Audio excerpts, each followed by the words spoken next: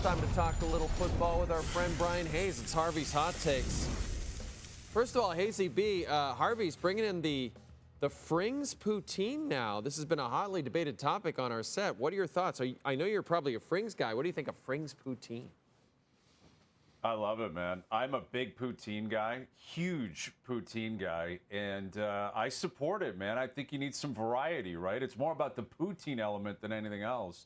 But I think if you could add gravy, cheese curds, you add that to anything, you are going to have me absolutely supporting it. So I think Harvey's has hit a grand slam here. Full support from the Hayes household. I would say this. That's what makes you a great Canadian, Bryan Hayes. So the Super Bowl is set.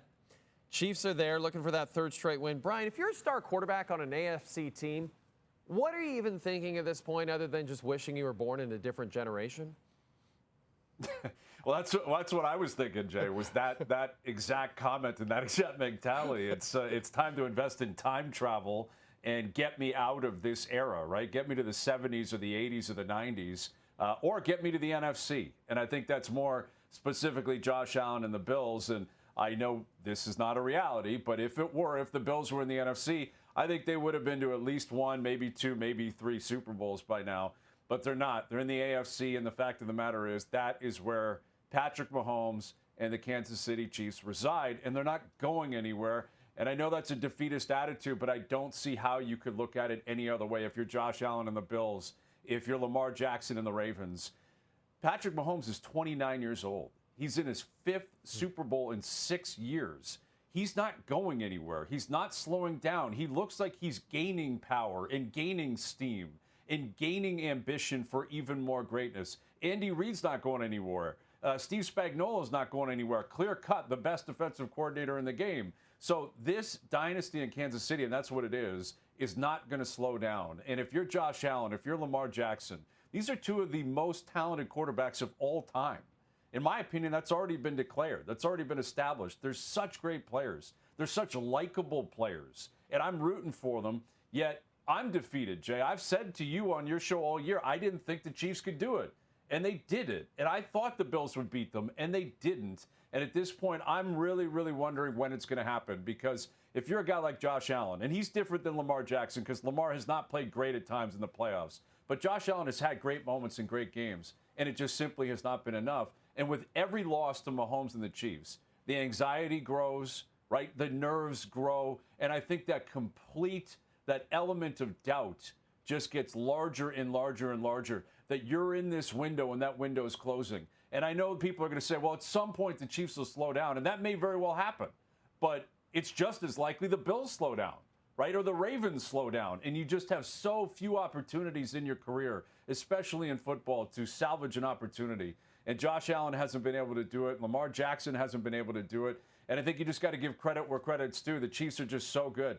They're just better than everyone else. And Mahomes is an absolute freak of nature, and he's a blast to watch.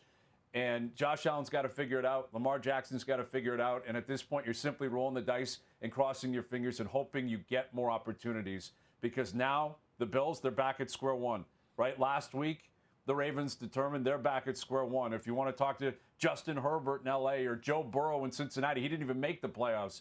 All these guys look at Mahomes and say, what are we supposed to do about this guy? He's so good. He executes every single big game. And if it's not him, it's the defense, or it's Andy Reid, or it's self-inflicted wounds. It never stops. And honestly, at this point, I'm feeling defeated. I can only imagine how Josh Allen, Lamar Jackson, and everyone else in the AFC is feeling right now. All right, let's move on to the upcoming Four Nations face-off. Alex Pietrangelo shocking Canadian hockey fans on Sunday by pulling out of the tournament due to, quote, an ailment, and then promptly playing for the Las Vegas Golden Knights later that evening. Bryan, what does this say about the tournament? Well, I think it potentially says that it could be an absolute disaster, is what it tells me, Jay, because you just said it, right? Alex Pietrangelo has an ailment, yet he played over 24 minutes for Vegas on Sunday night in beating the Cup champ Florida Panthers. So that ailment clearly isn't so bad. This guy's not even missing a shift for Vegas, let alone missing a game. And my concern for the tournament, and I don't want to believe this, I don't want to see it happen because I have been craving best on best hockey for a decade, and I know I'm not alone. I know every hockey fan around the world is craving best on best hockey. But Alex Pietrangelo is a winner, and he's a Patriot. He loves being a Canadian. He loves playing for Canada. But I think he looked at this tournament and said, I really don't care.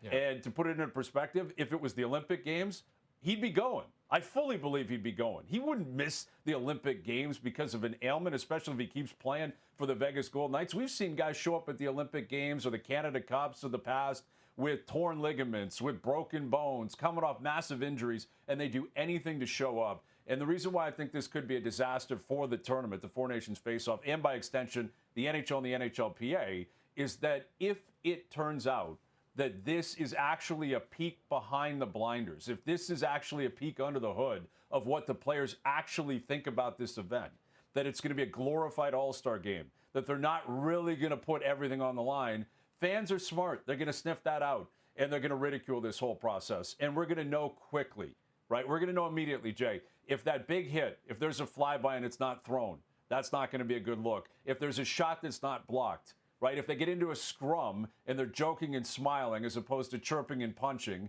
fans aren't stupid and they're going to know.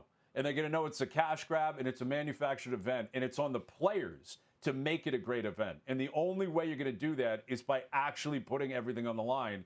And again, Alex Pietrangelo, who's won everything.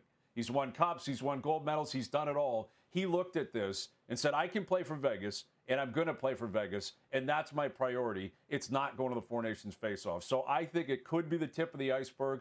I'm hoping it's not, but if it is, this is going to set the scene for a disastrous tournament, and one that, again, will be mocked and ridiculed, in large part like I think the one in 2016 was the World Cup, where there was Team Europe and there was Team North America made up of under 24 players.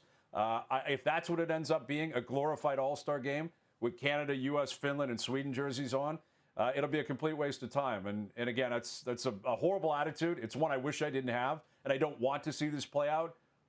But I'm concerned based on Pietrangelo pulling the chute here. I agree with you. I don't want to see it play out that way. But let's just say this is the tip of the iceberg, Brian. Let's just say that this is a look under the hood about how the players really feel. Why would Auston Matthews then, in and out of the lineup with Toronto with various ailments, why wouldn't he use this Pietrangelo news as his get-out-of-jail-free card to pull out of the American team? Well, you're right. I mean, Pietrangelo has kind of taken one for the team here, so to speak, right? Like, he went first. And if other players are like, okay, I didn't want to be the first one to go, now he's gone first. Now other players could pull the chute at some point or, you know, obviously cite ailments. And I don't dispute that Pietrangelo's got something going on. We know Matthews has something going on. A lot of players have something going on.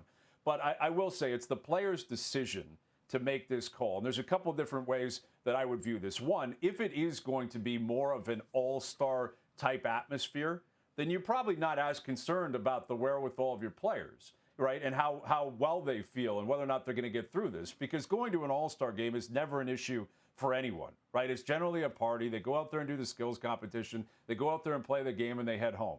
If that's what it's set to be, closer to that type of mode and that type of energy and play, so to speak, then I don't think you're overly concerned about whether or not your players are going to survive it in terms of injury and in terms of extending whatever problems they could have. So that would be first and foremost. Secondly, I do think, to be fair to the younger generation, you have to kind of separate where Pietrangelo's at compared to where guys like Matthews and McDavid and others are at. Because like I said, and we all know, Pietrangelo's had his moment to play best on best. He was there in 2014 in Sochi. He won a gold and played for Canada. He was there at the World Cup in 2016 playing for Canada. Auston Matthews never had that opportunity to play for the Americans best on best. So I can understand why he would be thinking, I got to be there. I want to do this. I deserve the ability to experience it. So I think you're going to hold your breath if you're a Leaf fan. Again, if it's bad, if he's really banged up, he can't go. I think that's been a foregone conclusion for quite some time, and we'll see where he's at in a couple of weeks. But to Matthews' credit, and I guess the training staff down at Maple Leaf Sports and Entertainment, he has looked great the last few weeks since returning the last time from injury. If it's closer to all-star game type style of play, you're probably holding your breath a little bit easier. And like I said, he's never had this opportunity to play best on best. I can understand why he has a passion to do that. Every player is a little bit different. We've only got a couple of weeks until this tournament starts, Brian. 2 weeks away, Canada will open against the Swedes. The U.S. will open against the Finns. And Brian will be back this time next week with more Hot Takes. Hot Takes is presented by Harvey's. Customize your burger and get it delivered from our app to your door. Harvey's, it's a beautiful thing.